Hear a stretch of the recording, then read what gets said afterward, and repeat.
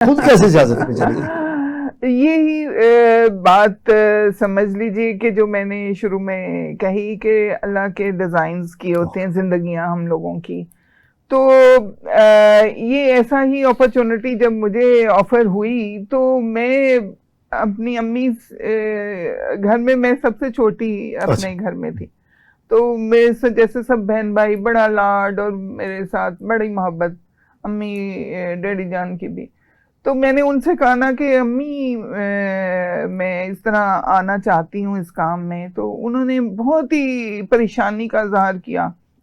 ओहो, तुम कैसे इस काम में आओगी, तुम्हारे बच्चों का क्या बनेगा, तो कैसे घर को मैनेज करोगी। तो अम्मी की बड़ी विश थी कि मैं डॉक्टर बनती। मैंने अच्छा। कहा अम्मी आप चाहती थी मैं डॉक्टर बनती, तो लेकिन वो भी तो देखे किसी प्रोफेशन में होती हैं जब खवातीन, तो बहुत टाइम उन्हें भी देना पड़ता है घर से बाहर अपने जॉब के लिए। तो सिमिलरली अगर मैं इस काम में, अगर ये तो समझे थोड़ी टाइम के लिए होगा जो भी मेरा होगा सिलसिला, तो आप मेरे लिए दुआ करें।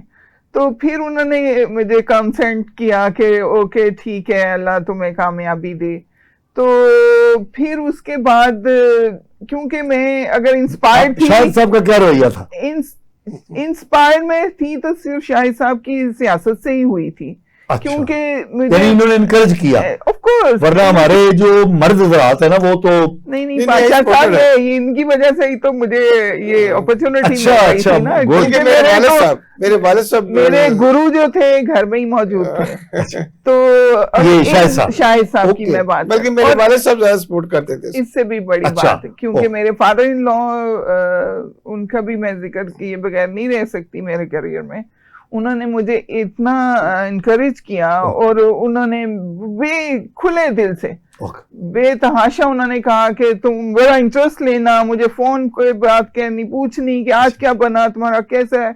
और मेरी कोई खबर, मेरी कोई अखबार में कहीं कोई होनी चलनी, कोई मीडिया में न्यूज आनी, तो उन्होंने मुझे शेयर करनी कि मेरे लिए अच्छी एक। अच्छा, अब आप एक बात बताइए कि ये तजुर्बा कैसा रहा? It is very wonderful experience for me, क्योंकि मैं जिस चीज का एक्सपीरियंस ना करे ना जब तक, तो आप उसका कोई असेसमेंट नहीं कर सकते।